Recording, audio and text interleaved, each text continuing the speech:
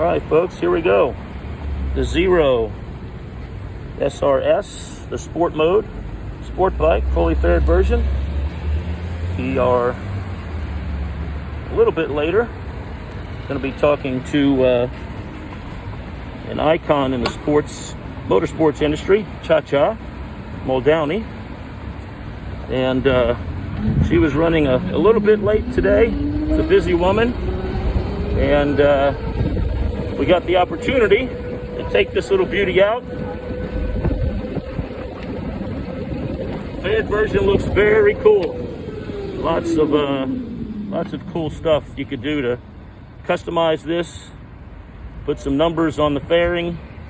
It feels a little more balanced actually than the Naked. The Naked felt a little bit more upright.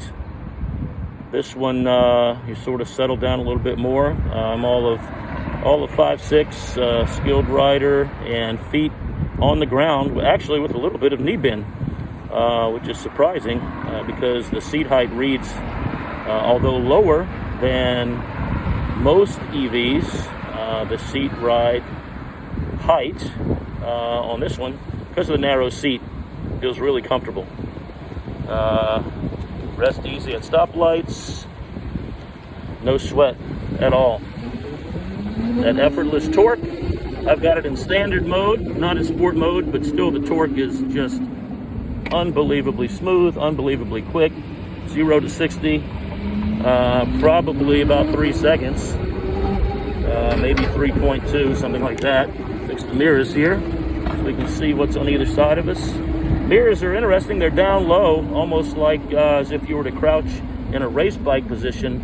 The mirrors would be down below the bars, so that's interesting.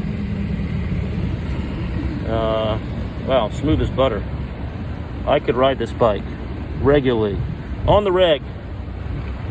I've only been on it 2 minutes. I enjoyed the SRF model, but this one just feels more natural to me.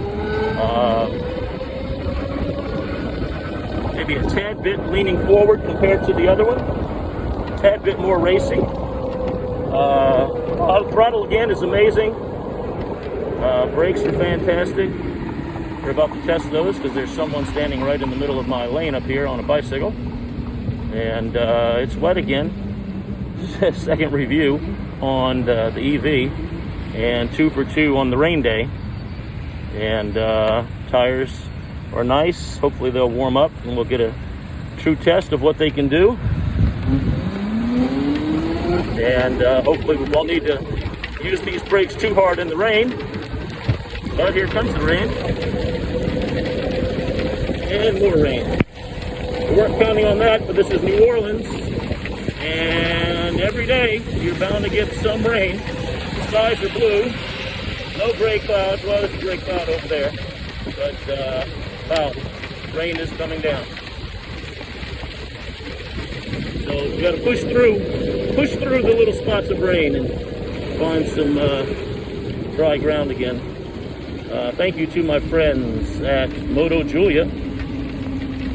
Once again, New Orleans' premier bike shop. Triumphs and BMWs. They've got Ducatis. Lots of cool rides. And now they are the retailer for Zero. I tell you, these bikes are really rideable. Surprisingly rideable. This one feels a little bit more clickable, maneuverable than the SRF version or the Naked version. I can't really test it quite yet because we're still in the rain, hopefully at the edge of it. And can't flick it around too much. But I tell you what, it's fun to ride. I'd love to test it across the causeway, the longest bridge in the world. 24.6 miles, I believe. It'd be interesting as a commuter to really put this to the test, a real test.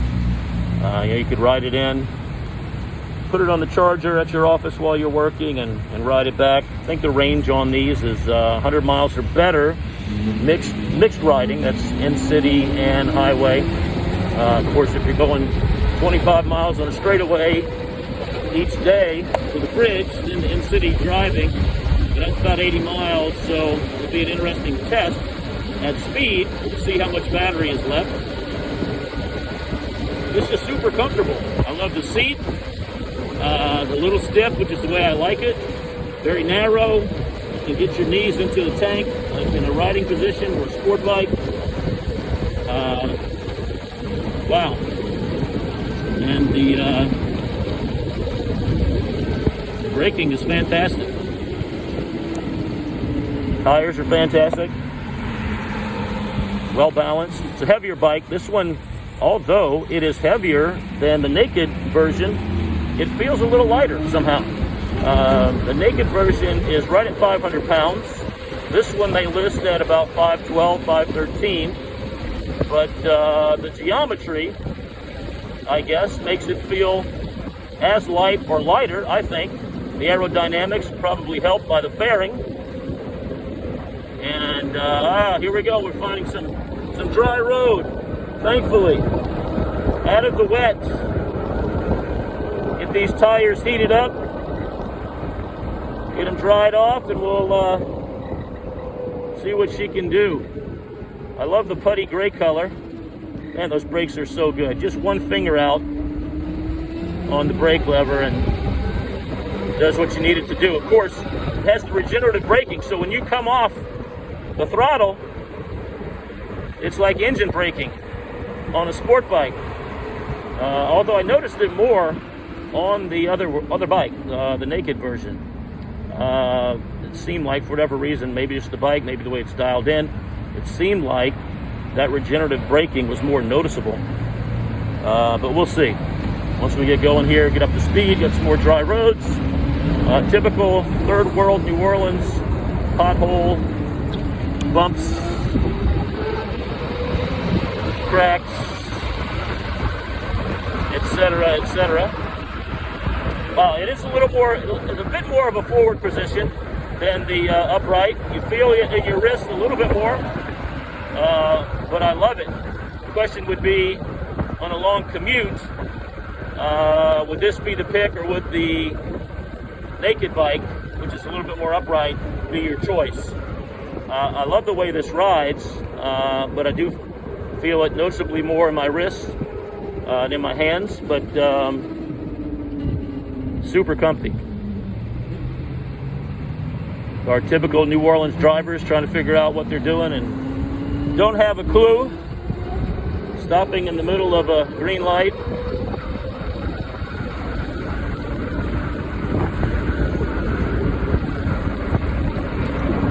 See if we can warm up these tires. Wow, it is more flickable than the naked version. It's more maneuverable. I had to work significantly more on the upright version of this bike. That's already noticeable. This one, wow, for a 500 plus pound bike, this is a maneuverable little beast. Look at that acceleration. Woo! Wow. Sweet. Just dial in the wrist a little bit. And here's some breakage. There we go. Look at that. That's good. Wow.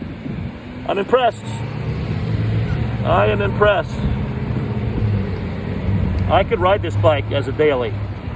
I do miss the sounds and the smells of the petrol and the combustion engine, but I tell you what, it's a different experience. Once you get outside of the city, the noise and the grime and all that, I'd love to take this on a back road and just tune everything out, but you and the road and the scenery.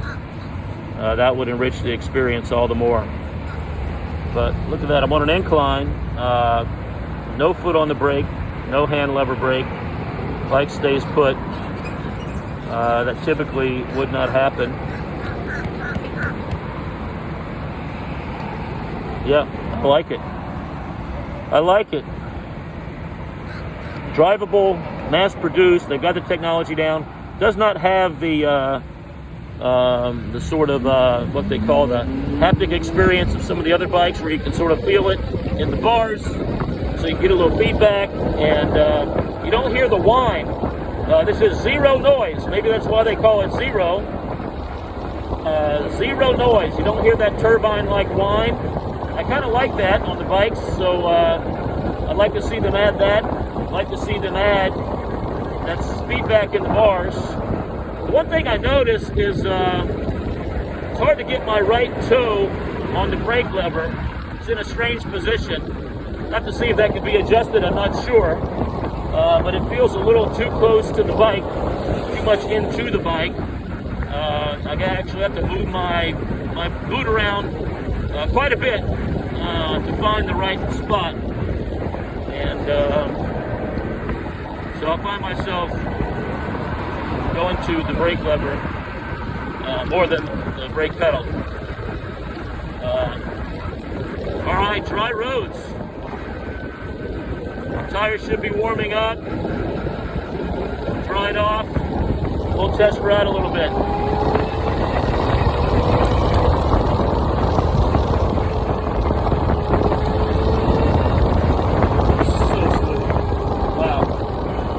Acceleration is so smooth.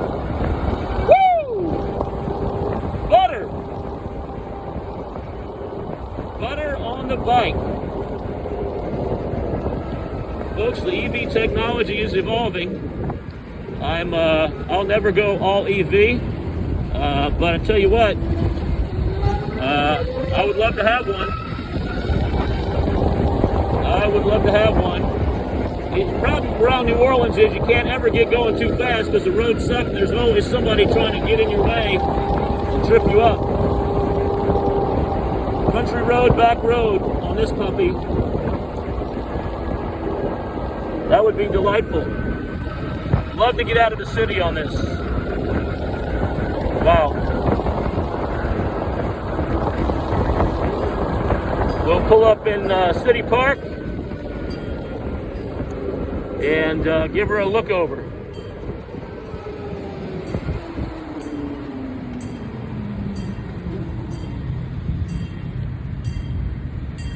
Tell you, in traffic, the advantage of an EV is you're not working clutch levers, you're not trying to find gears.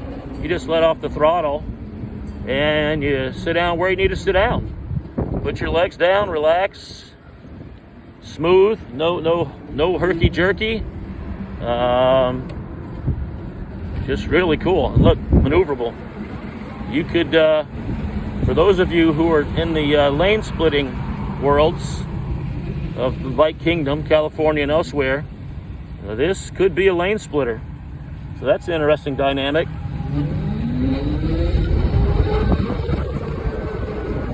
Car pulls out.